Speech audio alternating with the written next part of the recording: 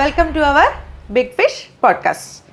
എന്ന് പറയുന്നു, എല്ലാവരും സുഖമായിട്ടിരിക്കുന്നു വിശ്വസിക്കുന്നു. എങ്ങനെ മഴയ്ക്ക് എങ്ങനെയുണ്ട്? അടിപൊളി മഴ അല്ലേ, നല്ല ക്ലൈമറ്റ്. എന്താ ടോപ്പിക് എന്നല്ലേ? മഴ വെള്ളക്കെടുതി. വർഷാവർഷം മഴ പെയ്യുകയും അതേപോലെ തന്നെ വെള്ളപ്പൊക്കവും അതേപോലെ തന്നെ ഉരുൾപൊട്ടലും അതേ തുടർന്നുള്ള പ്രശ്നങ്ങളും നേരിടുന്ന ഒരു സംസ്ഥാനമാണ് നമ്മുടെ. അതേപോലെ ചൂടിൻ്റെ സമയത്ത് വരൾച്ചയും നേരിടുന്നു. ഇത് രണ്ടും ഒരേ സ്ഥലത്ത് നമ്മൾ നേരിടുന്ന ഒരു സംസ്ഥാനമാണ് നമ്മുടെ. അപ്പോൾ അതിനെപ്പറ്റിയാണ് നമ്മുടെ ഇന്നത്തെ ചർച്ച. നമ്മുടെ അതുകൊണ്ടുണ്ടാകുന്ന പ്രശ്നവും എങ്ങനെ അവോയ്ഡ് ചെയ്യാൻ പറ്റും എന്നുള്ളത് നമ്മുടെ കോർപ്പറേഷൻസും മുനിസിപ്പാലിറ്റികളും ഒക്കെ വിചാരിച്ചാൽ ഇപ്പം ഒരു പരിധിവരെ എറണാകുളം ജില്ലയിൽ തന്നെ ഒരു എക്സാമ്പിളാണ്. വിചാരിച്ചാൽ എങ്ങനെ കൺട്രോൾ ചെയ്യാമെന്ന് നമ്മുടെ ഒരു ഡിസ്കഷനും നമ്മുടെ അഭിപ്രായവും ആണ് ഈ ചർച്ചയുടെ ഒരു ഇതിവൃത്തം. വെള്ളപ്പൊക്കം എന്ന് പറയുമ്പോഴത്തേക്കും നമുക്ക് റീസെന്റ് ഉണ്ടായത് 2018 വെള്ളപ്പൊക്കമാണ്, ഓഗസ്റ്റിലുണ്ടായ വെള്ളപ്പൊക്കം. പക്ഷെ കുറച്ചും കൂടെ ഇതിന്റെ ഒരു ഹിസ്റ്ററിയിലേക്ക് നോക്കുവാണെങ്കിൽ പിന്നെ ഏറ്റവും വലിയൊരു വെള്ളപ്പൊക്കം ഉണ്ടായെന്ന് പറയാനായിട്ട് 99 വെള്ളപ്പൊക്കം. എല്ലാവരും പറയുന്ന ഒരു വെള്ളപ്പൊക്കം ഉണ്ട്. ആക്ച്വലി അത് 99 എന്ന് പറഞ്ഞാൽ കൊല്ലവർഷം 99. അതെ, ഞാനിത് കേട്ടിട്ട് ഒരുപാട് നാൾ ഈ 99 വലിയ വെള്ളപ്പൊക്കം ഒന്നും വന്നില്ലല്ലോ എന്ന് ഞാൻ പിന്നാണ് അറിഞ്ഞത്. ഇത് മലയാള വർഷം, മലയാള മാസം അല്ല മലയാള വർഷം കൊല്ലവർഷം 99. ശരിക്കും ഇതുണ്ടായത് 1924 1924 ജൂലൈ 17 ആ ഒരു സമയത്തായിരുന്നു. നമ്മുടെ ഈ വീഡിയോയ്ക്ക് 100 വർഷത്തെ സെലിബ്രേഷൻ ആണ്. അതെ, കറക്റ്റ് ടൈമാണ്. കാരണം 100 വർഷം കറക്റ്റ് ഈ മാസം ഇപ്പൊ ആകുമ്പോഴത്തേക്കും 100 വർഷവും. ഇനി അതുപോലൊരു വെള്ളപ്പൊക്കം ഉണ്ടാകും എന്നൊക്കെ നമ്മള് ഒരു സിസ്റ്റം പറയുന്നത്. 100 വർഷം കൂടുമ്പോ ഒരു വലിയൊരു, അത് ഈവൻ നമ്മുടെ കോവിഡ് വന്നപ്പം സ്പാനിഷ് ഫ്ലൂ എന്ന് പറഞ്ഞ സാധനം എക്സാക്ട്ലി 100 വർഷം മുമ്പാ വന്നിരുന്നു. അതായത് 100 വർഷം കൂടുമ്പോഴും ഇതേപോലെ ഒരു സംഭവം ഇത് അങ്ങനെ സയന്റിഫിക്കലി പ്രൂവ്ഡ് ഒന്നുമല്ല, പക്ഷെ ഇതൊരു കോയിൻസിഡൻസ് എടുത്തു നോക്കുമ്പോൾ ഉണ്ടായിട്ടുണ്ട്.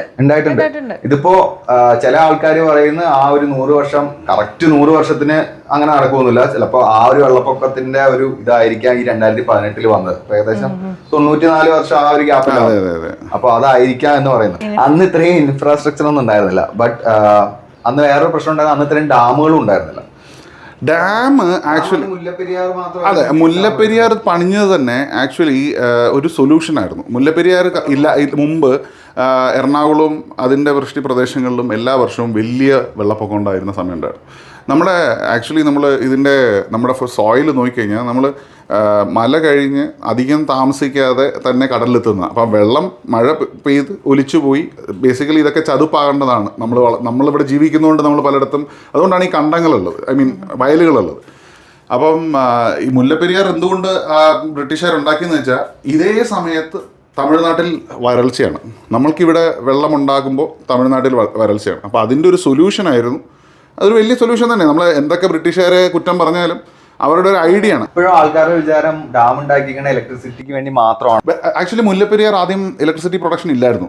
ഇവിടുത്തെ വെള്ളം സ്റ്റോപ്പ് ചെയ്ത് കേരളത്തിലേക്ക് വരുന്ന വെള്ളം ബ്ലോക്ക് ചെയ്ത് റിവേഴ്സ് ചെയ്ത് ആ വെള്ളത്തിനെ തമിഴ്നാട്ടിലേക്ക് അയക്കുക. അതാണ് അവരുടെ ഐഡിയ. അന്ന് തമിഴ്നാട് കേരളമല്ല, മദ്രാസ് പ്രൊവിൻസ് ആയിരുന്നു. മദ്രാസ് പ്രൊവിൻസിന്റെ അടിയിലുള്ള സ്ഥലമായിരുന്നു ഇതെല്ലാം.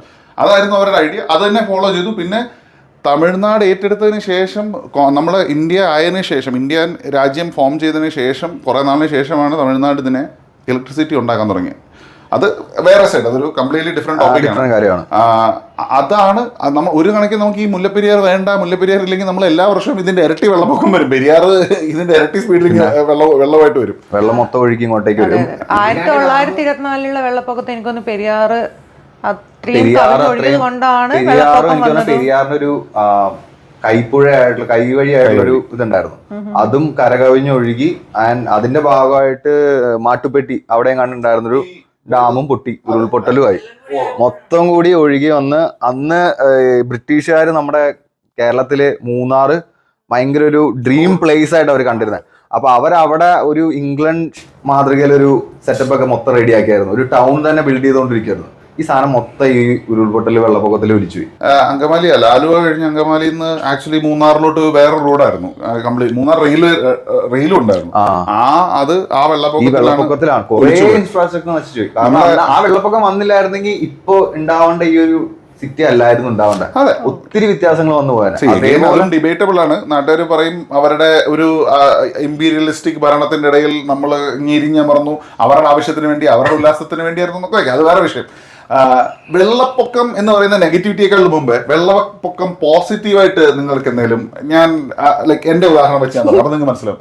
എന്റെ ചെറുപ്പത്തിൽ ഞാൻ സ്കൂളിൽ പഠിക്കുന്ന സമയത്ത് ആദ്യമായിട്ട് വെള്ളം പൊങ്ങുക എന്ന് പറഞ്ഞാൽ ഞങ്ങൾക്ക് നീന്തൽ പഠിക്കാൻ, അതായത് ഒരു അരയറ്റം അല്ലെങ്കിൽ മുട്ടറ്റം വെള്ളം വരുമ്പോ നമ്മൾ പിള്ളേരുന്ന രീതി നമുക്ക് ഭയങ്കര എക്സൈറ്റ്മെന്റ്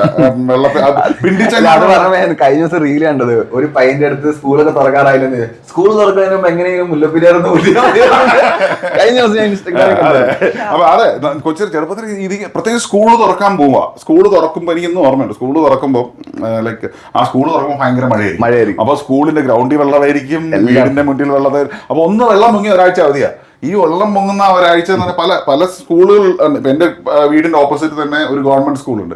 അവിടെ വെള്ളപ്പൊക്ക നമുക്കന്ന് ദുരിതാശ്വാസ ക്യാമ്പ് സാധനം, അത് ക്യാമ്പ് എന്ന് പറയുമ്പോൾ നമുക്ക് വലിയ കാര്യം തന്നെ. അവർ ഇവിടെ വന്ന് നമ്മളെ വീട്ടിൽ നിന്ന് ലൈക്ക് അങ്ങോട്ടും ഇങ്ങോട്ടും ഹെൽപ്പ് ചെയ്യുന്നു, ഐ മീൻ അരി കൊടുക്കുന്നു, അങ്ങനെ.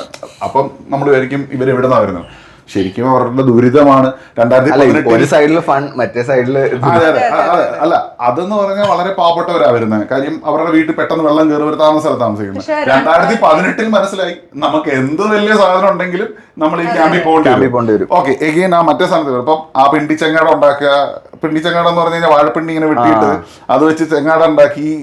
ലൈക്ക് ഇപ്പോഴേ ഡെക്കാത്തലോണിൽ പോയി കഴിഞ്ഞാൽ, ഡെക്കാത്തലോണിന്റെ ആഡ് കൊടുക്കല്ല, പക്ഷെ അവിടെ പോയി കഴിഞ്ഞാൽ ബോട്ട് വാങ്ങിച്ചു കഴിഞ്ഞാൽ ബോട്ട് വെച്ചു. പക്ഷെ ഇപ്പോഴത്തെ രാഹുൽ പറഞ്ഞ കാര്യം പറയുമ്പോൾ എനിക്ക് എൻ്റെ ചെറുപ്പത്തില് എൻ്റെ നാട് എന്നൊക്കെ പറഞ്ഞ കണ്ണൂർ, കൊട്ടിയൂർ, ആ സൈഡ് ഇരിട്ടി. ആ കൊട്ടിയൂരിലെ ഒരു പേരാവൂർ ഒരു ഉരുൾപൊട്ടൽ ഉണ്ടായി കഴിഞ്ഞ് കഴിഞ്ഞാൽ ഫുൾ ഞങ്ങളുടെ നാട്ടിൽ മൊത്തം വെള്ളമായിരിക്കും. എൻ്റെ ബാക്ക് സൈഡിൽ ഒഴുകുന്നത് ബാവലിപ്പുഴ, ആ ഏരിയ, അത് മൊത്തം ചളി വെള്ളമായിരിക്കും. അങ്ങനെ വരുന്ന ആ ചളി ഉരുൾപൊട്ടി വലിയ വലിയ കല്ലും ഇതൊക്കെ ആയിരിക്കും. അപ്പൊ ചില ഏട്ടന്മാരൊക്കെ ഞാൻ കണ്ടിട്ടുണ്ട്, ഈ തേങ്ങ ഒലിച്ചു വരും. ആ ഒലിച്ചു വരാൻ വേണ്ടിട്ട് ഇങ്ങനെ കെട്ടി, അവർക്കൊക്കെ അതൊക്കെ തേങ്ങ വെറുതെ ഞാൻ കണ്ടിട്ടുണ്ട്. ഞാനൊക്കെ സ്കൂളിൽ വിട്ടിരുമ്പോഴേക്കും ഇന്ന് ഉരുൾപൊട്ടലാണ്, വെള്ളം ഉണ്ട് എന്നൊക്കെ പറഞ്ഞ് ഞങ്ങളൊക്കെ പോയി നോക്കിയിട്ടുണ്ട്. അപ്പൊ കാണുന്നത് ഈ ചേട്ടന്മാരൊക്കെ ഇറങ്ങാൻ മീൻസ് ഇങ്ങനെ തോണിയിലും മറ്റേതിലൊക്കെ ഇറങ്ങി. ആദ്യത്തെ പ്രത്യേകിച്ച് അന്നത്തെ ഏറ്റവും വലിയ ഗുണം എന്ന് വെച്ചാൽ അന്ന് മഴ പെയ്ത് വെള്ളം വരുമ്പോൾ വെള്ളം ഭയങ്കര പ്യൂറാ. അതായത് പ്യൂർ വെള്ളം എന്ന് പറഞ്ഞാൽ നല്ല വെള്ളം. നമുക്ക്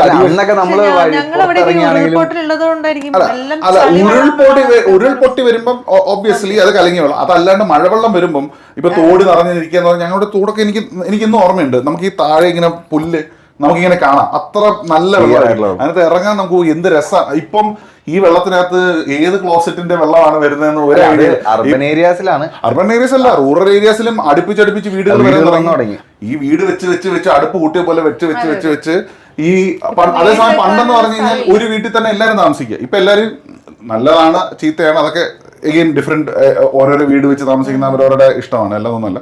പക്ഷെ അങ്ങനെ വന്നപ്പം ഈ മഴ പെയ്യുമ്പം ഈ ഗട്ടറെല്ലാം കൂടെ വരികയും ഈ ഗട്ടർ വെള്ളം എല്ലാം വരികയും ഈ വെള്ളത്തിന്റെ പ്യൂരിറ്റി, അപ്പം അസുഖങ്ങൾ വരും, പകർച്ചവ്യാധികൾ വരാനും ഒക്കെ കാരണം. അല്ല, അത് മാത്രമല്ല, വെള്ളപ്പൊക്കം വരുമ്പോ ഒന്ന് ഈ കാറ്റലിസ് സംഭവങ്ങളെല്ലാം കുറെ നശിക്കും. അപ്പൊ അതിന്റെയും വേസ്റ്റ് എന്ന് പറയുന്ന ഒരു സിറ്റുവേഷൻ വരും ഭയങ്കരമായിട്ട്. അതെ, അത് എലി, പാമ്പ്, പല മൃഗങ്ങൾ മരിക്കുകയും ചെയ്യും, അതുപോലെ ഒലിച്ചു വരികയും ചെയ്യും. കാക്കനാടൊക്കെ ലൈക്ക് എന്താ പറയുക, ഇൻഫോ പാർക്കിലൊക്കെ ഓരോ വണ്ടിക്കകത്ത് പാമ്പ് കയറിയിരിക്കുന്നതും ഒക്കെ ഈ ഒലിച്ചു വരുന്നതും ഈ ഇവരുടെ മാളത്തിനകത്ത് വെള്ളം കയറുമ്പോൾ ഇവർക്ക് പുറത്തിറങ്ങി. അപ്പൊ ഇവർ പുറത്തിറങ്ങും സേഫ് പൊസിഷൻ കാണുന്നത് നമ്മൾ താമസിക്കുന്നത് നമ്മുടെ വീടിന്റെ ഈ വണ്ടിയിൽ എന്തുകൊണ്ട് വരുന്ന വെച്ചാൽ വണ്ടിയിൽ ആ ചൂട് കിട്ടുമ്പോൾ അതൊരു സേഫ് പൊസിഷനാണ്. ഈ തണുപ്പത്തെന്ന് വിചാരിച്ചിട്ടാണ് കയറിയിരിക്കുന്നത്. കയറി ഇരുന്ന് കഴിയുമ്പോൾ ബൈക്കിലൊക്കെ കയറിയിരിക്കുമ്പോൾ ഓടിച്ചോണ്ട് പോകുമ്പോഴായിരിക്കും എഞ്ചിൻ കൂടുതൽ ചൂടാകുമ്പോഴായിരിക്കും പാമ്പ് കുറച്ച് കംഫർട്ടബിലിറ്റി കൂടുതലല്ലോ. എന്തുകൊണ്ട് കണ്ടിന്യൂസ് ആയിട്ട് നമുക്ക് നമ്മുടെ നാട്ടില് വെള്ളപ്പൊക്കം വരുന്നു ഇപ്പൊ പ്രത്യേകിച്ച് എന്ന് കേക്ക് എന്ന് തോന്നുന്നു. ഇപ്പൊ ഉദാഹരണത്തിന് ഇപ്പൊ ഒരു 2 ആഴ്ച മുമ്പ് വരെ വറ്റി വരണ്ടിരുന്ന എറണാകുളം, 2 ആഴ്ച മുമ്പല്ല, ഒരു ദിവസം രാവിലെ വരെ എറണാകുളം, തിരുവനന്തപുരമായിരുന്നു ഫസ്റ്റ് ക്ലൂ കിട്ടിയത്.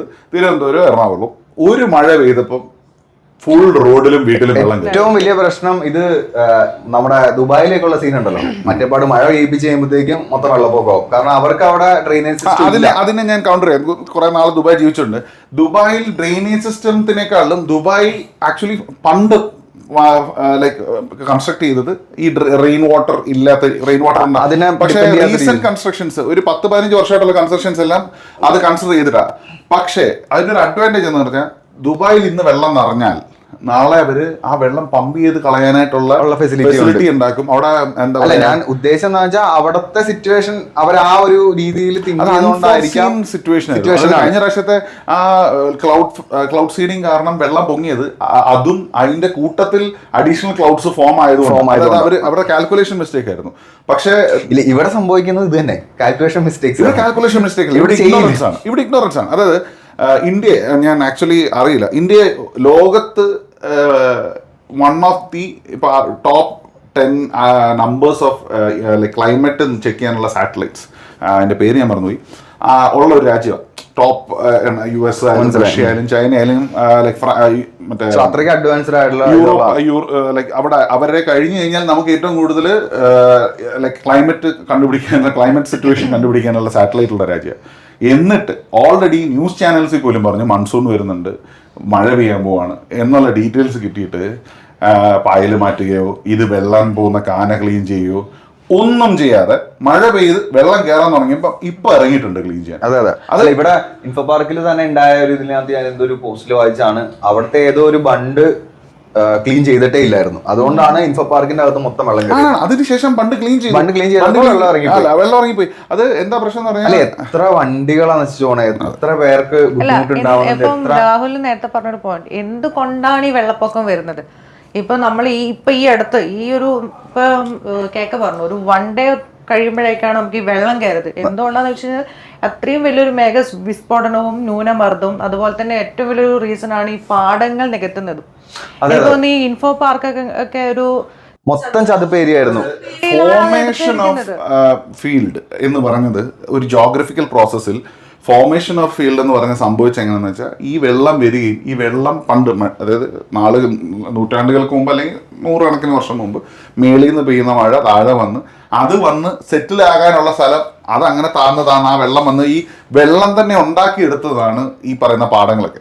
ഈ ആക്ച്വലി സ്റ്റഡീസ് അല്ല, ആക്ച്വൽ റിയാലിറ്റി എന്ന് വെച്ചാൽ ഒരു നദി ഒരിക്കലും സ്ട്രെയിറ്റ് അല്ല ഒഴുകുന്നത്. ശ്രദ്ധിച്ചു നോക്കിയാൽ മതി. ഒരു നദി ഇങ്ങനെ പോകുന്നത്. അതെന്താന്ന് വെച്ചാൽ അത് മാറിക്കൊണ്ടിരിക്കുക. നദി റിവർ ഇസ് ഓൾവേസ് ലൈഫ്.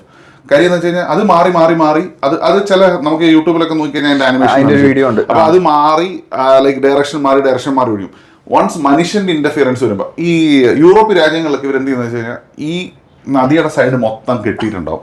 നൂറ്റാണ്ടുകൾക്ക് പഴക്കമുള്ള സിറ്റികൾ പോലും അവരുടെ നദികൾ സൈഡിൽ കെട്ടിയിട്ടായിരിക്കും അവർ ഇത് ട്രാക്ക് ചെയ്യുന്നത്.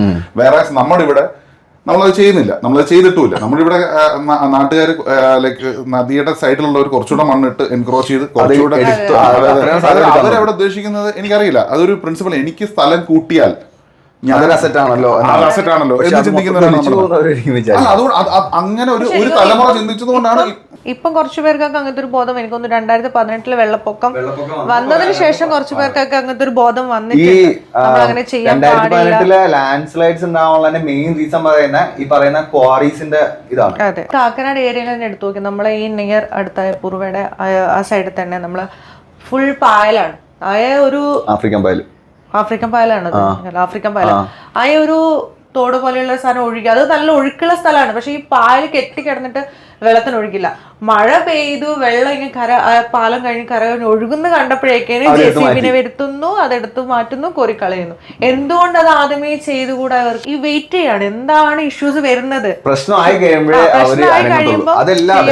ചുമ്മാ നനങ്ങുന്നൊന്നുമല്ല. ഇവിടെ ഈ നാട്ടുകാരെടുന്ന വെള്ളം ഉണ്ടാക്കുന്നതുകൊണ്ടും അല്ലെങ്കിൽ TV ചാനലുകാർ പ്രശ്നം ഉണ്ടാക്കുന്നതുകൊണ്ടാണ്. അല്ല, ശരിക്കും പറഞ്ഞാൽ 2018 ഉണ്ടായ ഇഷ്യൂ ഉണ്ടല്ലോ, അതിന്റെ ബാക്ക്ഗ്രൗണ്ടിൽ വരുന്ന വേറൊരു കാര്യം എന്ന് വെച്ച് കഴിഞ്ഞാൽ നമുക്ക് ഓഗസ്റ്റിലാണ് മഴ പെയ്തു തുടങ്ങുന്നതും വെള്ളപ്പൊക്കം വരുന്നത്. ആക്ച്വലി ജൂലൈ ലാസ്റ്റ് ആയപ്പോ തന്നെ നമ്മുടെ നാട്ടിൽ, നമ്മുടെ കേരളത്തിൽ 39 ഡാമുണ്ട്. ഈ 39 ഡാമിൽ ഏകദേശം 36ഓളം ഓൾമോസ്റ്റ് ഫുൾ ഡാമും അവർക്ക് മാക്സിമം സ്റ്റോർ ചെയ്യാവുന്ന വാട്ടർ ലെവൽ എത്തി. സ്റ്റിൽ ഇവരത് മൈൻഡ് ചെയ്യാണ്ട് ഹോൾഡ് ചെയ്ത് വെച്ചോണ്ടിരിക്കുക. അല്ല, അവർ റീസൺ ആയിട്ട് പറഞ്ഞെന്ന് വെച്ചാൽ ഇതിന് മുമ്പുള്ള സമയങ്ങളിൽ, പ്രത്യേകിച്ച് ഇടുക്കി ഡാം ഒക്കെ തുറന്നത് വർഷങ്ങൾക്ക് ശേഷമായിരുന്നു. 26 വർഷങ്ങൾക്ക് ശേഷമാണ് നമ്മളെ ചെറുതോണി ഡാം അന്ന് ഓപ്പൺ ചെയ്തത്. അതെ, അത് അതിന്റെ റീസൺ എന്താ അവർ പറഞ്ഞതെന്ന് വെച്ചാൽ അവരുടെ വേർഷൻ, അതായത് KCBയുടെ വേർഷൻ എന്താന്ന് വെച്ചാൽ ഇവർ നേരത്തെ തുറന്ന് വെള്ളം ലൂസ് ആയി കഴിഞ്ഞാൽ ഇവർക്ക് ഇലക്ട്രിസിറ്റി പ്രൊഡക്ഷൻ ഒരു അവര് പറഞ്ഞ ഒരു റീസൺ ഉണ്ട്, അണക്കെട്ട് തുറന്നതുകൊണ്ട് മാത്രമല്ല ആ സമയത്ത് ഫ്ലഡ് വന്നതെന്നും അവർ പറയുന്നുണ്ട്. അത് ശരിയാണ്, പക്ഷെ അണക്കെട്ട് തുറന്നത് കൊണ്ടാണ് ഇത്രയും വലിയ സിറ്റുവേഷൻ ഉണ്ടായെന്നാണ് ആൾക്കാർ പറഞ്ഞത്. അണക്കെട്ട് തുറന്നുകൊണ്ട് തന്നെയാണ്, പക്ഷെ അണക്കെട്ട് തുറന്നതുകൊണ്ട് മാത്രമല്ല, അതാ ഞാൻ നേരത്തെ പറഞ്ഞ പോയിന്റ്, നമ്മൾ എത്രയും മേഘവിസ്ഫോടനവും ന്യൂനമർദ്ദവും എല്ലാം കൂടി വരുന്നത് കൊണ്ടാണ് നമുക്ക് അത്രയും ഫോഴ്സിൽ നമുക്ക് വെള്ളം വന്നുകൊണ്ടിരിക്കുകയാണ്. ആ സമയത്ത് ഡാമിന്റെ വൃഷ്ടി പ്രദേശങ്ങളിൽ പെട്ടെന്ന് മഴ കൂടുകയും അവർ പ്രതീക്ഷിച്ചതിനേക്കാളും ലെവൽ കൂടുകയും കണ്ടിന്യൂസ് ആയിട്ട് മഴ പെയ്തപ്പോൾ അവർക്ക് തുറന്നു വിട്ടേ പറ്റുള്ളൂ. അത് തുറന്നു വിട്ടപ്പോൾ എന്താ സംഭവിച്ചെന്ന് വെച്ചാൽ മറ്റേ ഇടുക്കി ഡാം തുറക്കേണ്ടി വന്നു, പമ്പ ഡാം തുറക്കേണ്ടി വന്നു, 34 ഡാം തുറന്നു. അതാണ് ആദ്യം ചെറുതോണി തുറന്ന് തുടങ്ങിയിട്ട് പിന്നെ 2 ദിവസം കൊണ്ട് 34 ഡാമും തുറക്കുന്നത്. അപ്പൊ അത് അല്ല, എനിക്കൊരു ചെറുതോണി തുറന്ന് നെക്സ്റ്റ് ഡേ ആയപ്പോഴത്തേക്കും മഴ ഭയങ്കരമായിട്ട് കൂടി. ക്രൈസിസ് കൺട്രോൾ ചെയ്യാൻ പറ്റാത്ത ക്രൈസിസ് മാനേജ്മെന്റിനെ പറ്റി ചിന്തിക്കുന്ന പോലെ തന്നെ ഒരു പ്രിക്കോഷണറി മാനേജ്മെന്റ്, അതായത് എന്താണ് നമ്മുടെ നാട്ടിൽ മഴ പെയ്യാൻ തുടങ്ങുന്നതിന് മുമ്പ് സംഭവിക്കുക, അത് മാനേജ് ചെയ്യാൻ നമുക്കൊരു സിസ്റ്റം ഇല്ല. അത് മാനേജ് ചെയ്യാനായിട്ട് അല്ലെങ്കിൽ ഇപ്പോൾ ഉദാഹരണം തന്നെ വേസ്റ്റ് മാനേജ്മെന്റ് ഇല്ല, അല്ലെങ്കിൽ നമ്മൾ പല കാര്യത്തിലും ചെയ്യാൻ പറ്റുന്ന കാര്യം എന്ന് വെച്ച് കഴിഞ്ഞാൽ ഈ പറഞ്ഞ പോലെ നമ്മുടെ ഡ്രെയിനേജ് സിസ്റ്റവും കാര്യങ്ങളും ഡ്രെയിനേജ് സിസ്റ്റം പ്രോപ്പർ ഭയങ്കര സിമ്പിൾ കാര്യമാണ്. പക്ഷെ ലോകത്ത് ഇതിനെക്കാട്ടിലും കൂടുതൽ വെള്ളം പൊങ്ങുന്ന സ്ഥലങ്ങളൊക്കെ ഉണ്ട്. നമ്മുടെ ഇവിടുന്ന് നമുക്ക് നമ്മുടെ മുഖ്യമന്ത്രി ആംസ്റ്റർഡാമിൽ പോയി സ്റ്റഡി മീൻസ് അതിനുവേണ്ടി പോയത്, അത് ശരിക്കും Amsterdam is A best example. പക്ഷേ ആ സാധനങ്ങൾ ഇംപ്ലിമെന്റ് ചെയ്യണം. നമ്മൾ ഉദാഹരണത്തിന് നമ്മളൊരു ഫോൺ വാങ്ങിക്കുമ്പോൾ ഐഫോൺ വാങ്ങിക്കുമ്പോൾ അല്ലെങ്കിൽ സാംസങ്ങിന്റെ ലേറ്റസ്റ്റ് ഫോൺ വരുമ്പോൾ അല്ലെങ്കിൽ എന്ത് ഡിജിറ്റൽ ഉപകരണങ്ങൾ വരുമ്പോഴും നമ്മൾ അപ്പം തന്നെ ഇവിടെ വരും.